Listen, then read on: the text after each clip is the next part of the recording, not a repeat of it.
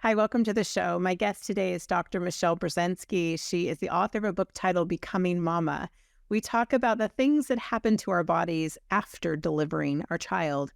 Now, if you're like me and you've already had your children or child and you think this doesn't apply to you, let's think about our daughters and daughters-in-law and the people who are coming in our next generation, the women who will need this support and information and support that we may not have had back when we were having kids. I hope you enjoy the show. Thank you for coming on the show, Michele. I'm excited to talk to you about this topic that doesn't get talked about a lot, which is becoming a mom, but not just, well, your book is titled Becoming Mama, but about what goes on in our bodies and how we can best prepare for motherhood, just from the science point of view, but also from the emotional and the social points of view and all the things that you cover in your book. So thanks for being here. Well, thanks for having me, Lisa. Yes, it's certainly one of the things that, really drove me to write this is the fact that these are all the things that are still kind of socially taboo. And I just felt like there just wasn't enough information out there and people were just, suffering in silence, and it just didn't have to be that way. And so I'm really excited to be able to come on and share a little bit about the kinds of things that women experience, in the weeks and months after having a baby, and how to make that better. And this was born, no pun intended, from your own experience. And as a physician, you're a family physician, medical doctor. Mhm. So you would think that you would have known everything that was going to happen to your body and understanding the science of it. And it should all be compartmentalized, and you can figure that out as you go. But the truth is, you were pretty surprised and overwhelmed by the physical aspects, which we'll get to, but also just the managing of this, even climbing into your bed, you said, that, you climbing up into this high platform bed when you got home from the hospital. That's right, Lisa. And, the true irony there is that when I was in residency, I actually did extra rotations in obstetrics because I really enjoyed it. And I actually thought I was going to be able to make it part of my practice after I graduated. And ultimately, I took a job that didn't involve providing maternity care.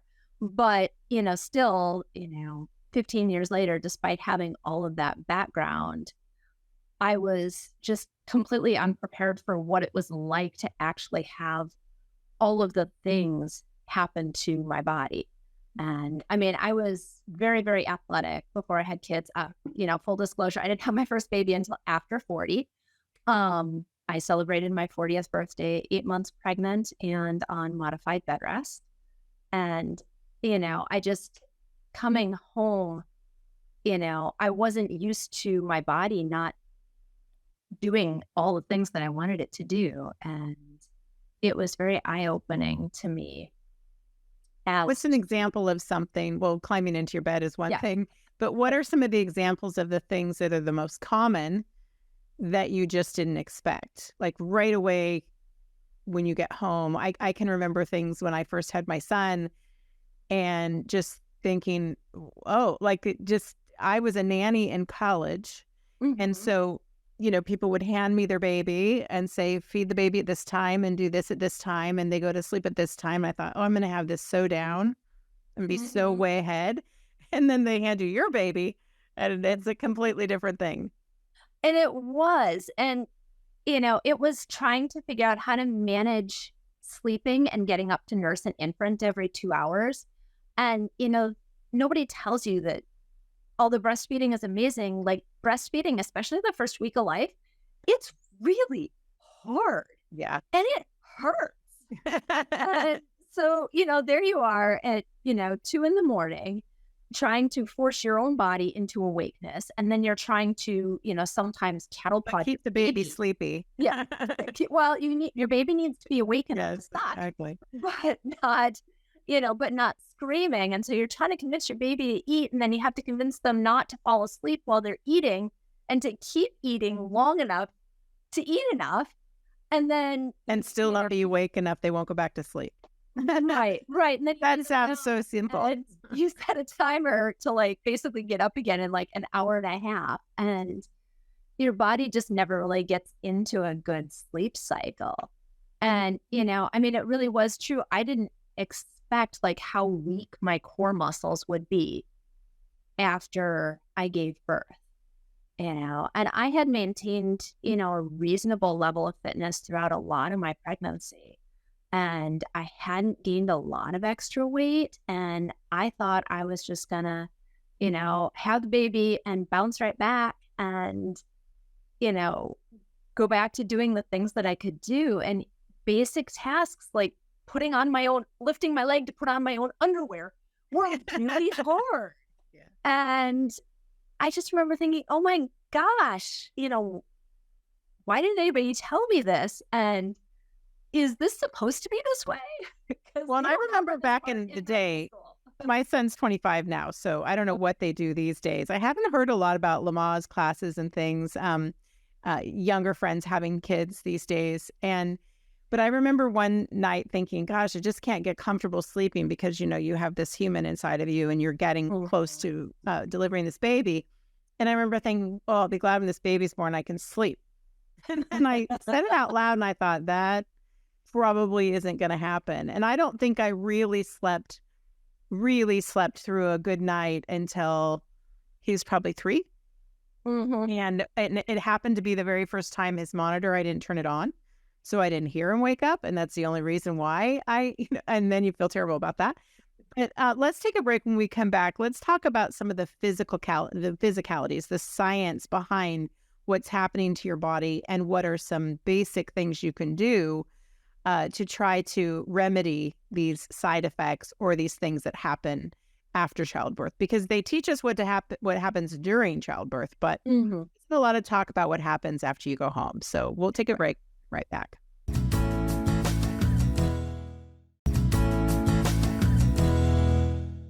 We are back talking with you, Michele Brezinski, about your book called Becoming Mama. And so you're a physician, a medical doctor. So we're going to talk about the science of things.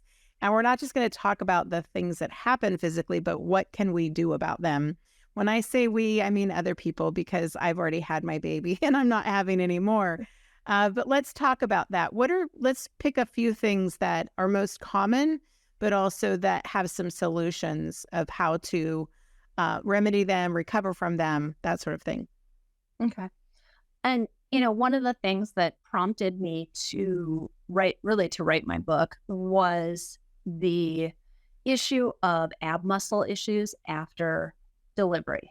There's a condition, we call it diastasis recti. And what that literally means is it's a splitting or a dividing of your main abdominal muscle that covers like the front section of your belly. So, that muscle that gives everybody the 6-pack, it's that part of your body. And what happens is that there's a section of like connective tissue. So kind of like a semi-stretchy rubber band in between. And when your belly grows as you're pregnant, the muscles stretch, and then eventually, oftentimes, they get pushed to two sides. And usually, the elastic in the muscles pulls them back together after the baby's born and no longer stretching out your stomach. But for some people, especially lucky people like me, the muscles don't pull all the way back together. And that leads to a condition called diastasis recti. And one easy way to know if you might have that problem is simply to, lay on your back and then start to do a sit-up, like lift your head and shoulders off the bed and then look down. Either your abs look your belly looks kind of semi-smooth, or they form more like a little mountain range down the middle. And if you're somebody who's got something that looks like it might be a mountain range, you could have diastasis. And it's a really common condition right after you deliver, but then as you get weeks and months out from delivery, it becomes less common. Now, that said, there's still, 40, 50, 60% of women that have measurable diastasis 3 months or more after delivery. And so this is now doing a traditional sit-up probably isn't a great thing to do during these times. No, and that's one of the hardest parts for treatment of diastasis is that everybody thinks, oh my gosh, my abs are all floppy. I've got to do more ab work. And so what do people do? They go for the sit-ups and the planks and the VMs and the bicycles. And the problem is that traditional ab exercises are basically the worst thing you could do when you have diastasis. And that's because they put a lot of pressure both on the pelvic floor, in that part, the muscles inside your pelvis that hold up your uterus and everything. And also because they put outward pressure on the inside of your abdominal wall. And it basically can even make the condition worse. So what do you do to try to improve So there are certain ab exercises that are safe to do during diastasis. And the biggest thing to know is that you have to start really, really, really slow and basic. And so, one of the things I encourage people, like just even laying on your back and contracting your stomach muscles, sucking them in and down like you're pulling your belly button down towards your spine. Okay. And as you're doing that, thinking about drawing the two sides of your abs together so that they're kind of knitting together in the middle.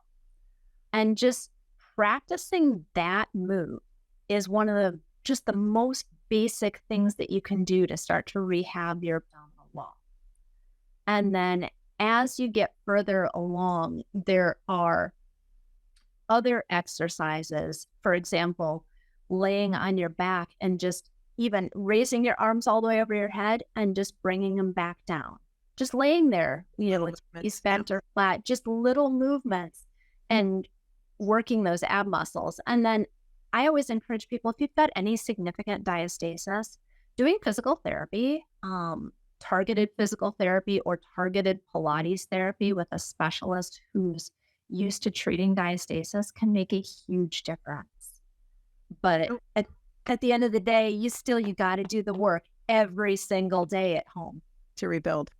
Now, your book is compiled of stories from moms who are willing to share even some embarrassing stories. So as I said, you're a doctor. We're having a frank conversation about some of the things that go on. So, and women were willing to share these stories. What's an example of something that we don't like to talk about, but that someone was willing to write about in your book?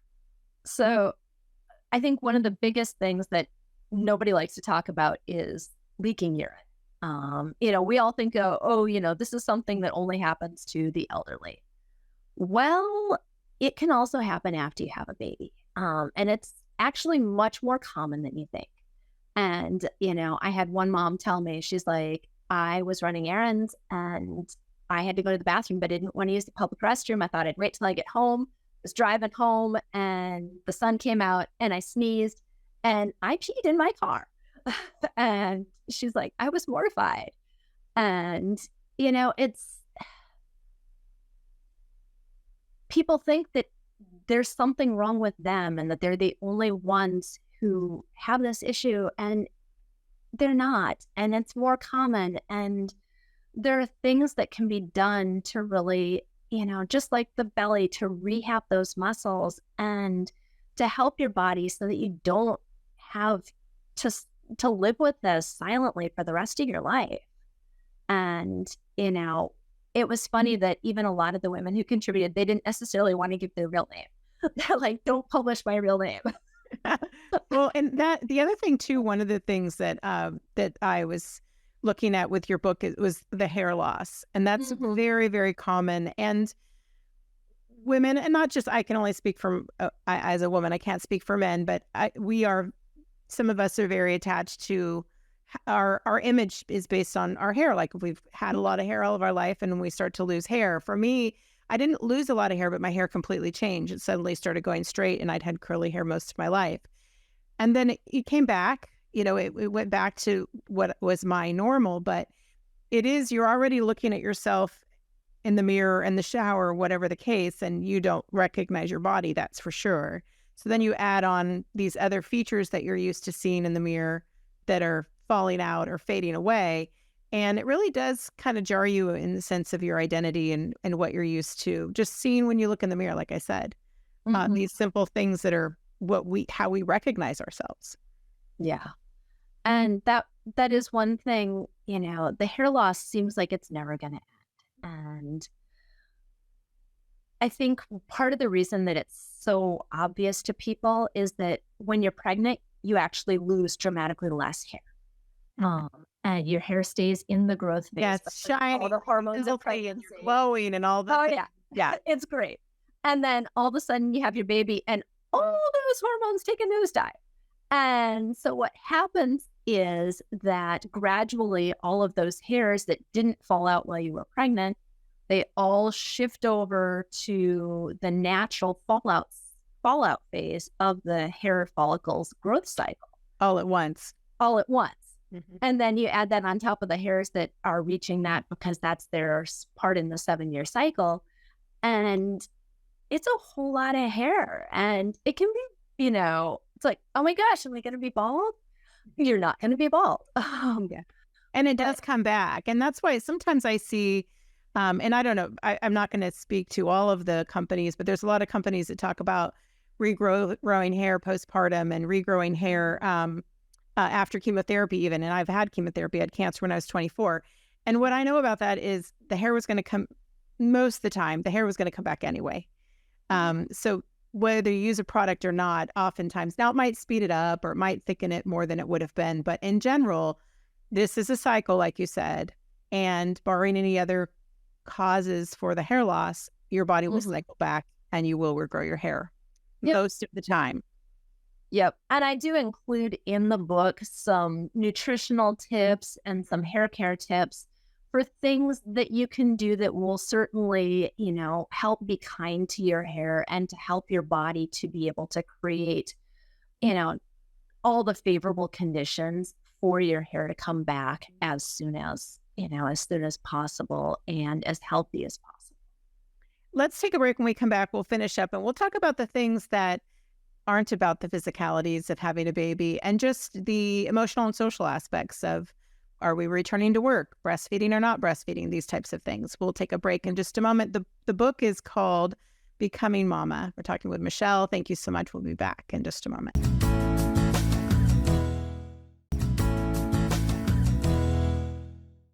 Talking with you, finishing up, Michele Brezinski. The title of your book is Becoming Mama. We've talked about some of the science and physicalities of having a baby and what our bodies go through. And now I want to talk about some of the social aspects of it, the emotional aspects of it. One of the things you talked about briefly was about, breastfeeding, and there's a big decision to do it or not to do it.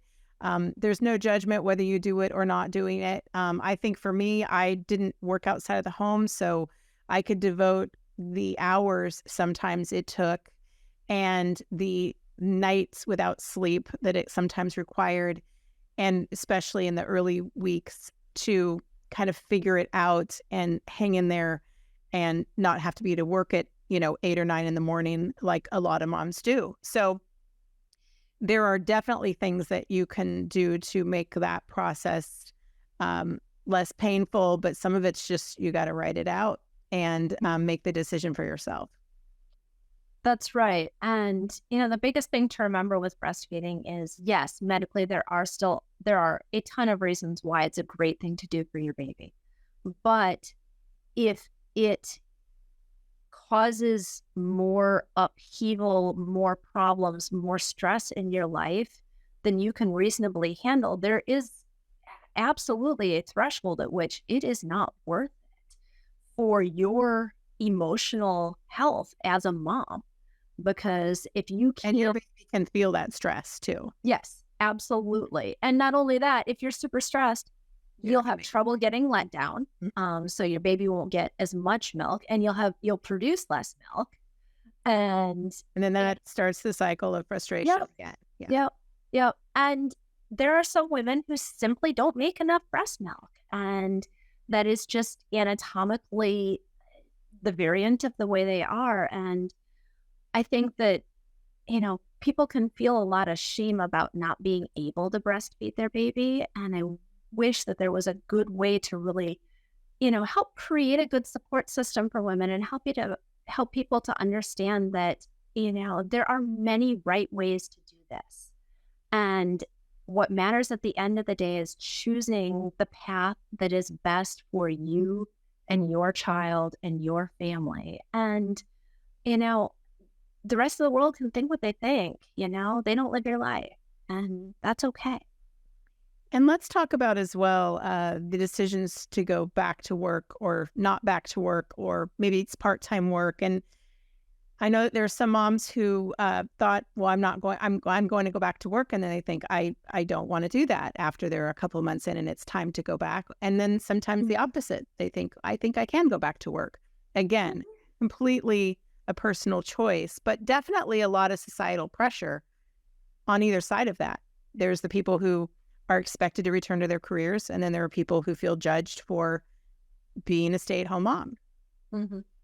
And that's absolutely true. And that's one of the reasons why, actually, in this book, I created a small toolkit designed to help women with that decision of, do I want to go back to work? Do I not want to go back to work? And, understanding that sometimes there is a financial line in the sand that may be drawn. But, it's basically a series of open-ended questions prompting you to do some reflection about the career that you have and where you see your life going in this next phase of being a mom to a young child, and, what you want your life to look like. And also thinking about, if you want to have a career, do you want the career that you currently have? Do you potentially want another role within the organization you're at? Do you potentially want a completely different career? Maternity leave, whether paid or unpaid, those weeks after you deliver, when, your life is already kind of turned upside down, it's a nice time to be able to step back from your career and really evaluate where you want to go from here, now that you've got this, this tiny human playing into the equation. Well, I appreciate this very open conversation. One thing I'll add to all of that, just in closing, is that whatever decision you make, you can unmake. You decide to go back to work and you decide you don't want to do that, you can change that decision. You decide you want to start a side hustle, you want to do something different, or you decide you want to stay home and decide you want to go back to work, you can do that too. So there is flexibility in your decision making. You have to only go with what you feel at the time and then pivot and adjust based on what your home life feels like and what your relationship feels like and what you're feeling is best for you and your baby and your family. So thank you so much for this candid conversation, and for being willing to write about what so many women need to hear and read in order to feel heard and understood during this very pivotal time in their lives. Thank you so much, Michele. Well, thank you for having me, Lisa. I really appreciated the opportunity to share a little bit about, what I wrote about and how I would like to help people really, get through this stage in life. Thank you so much. Thank you.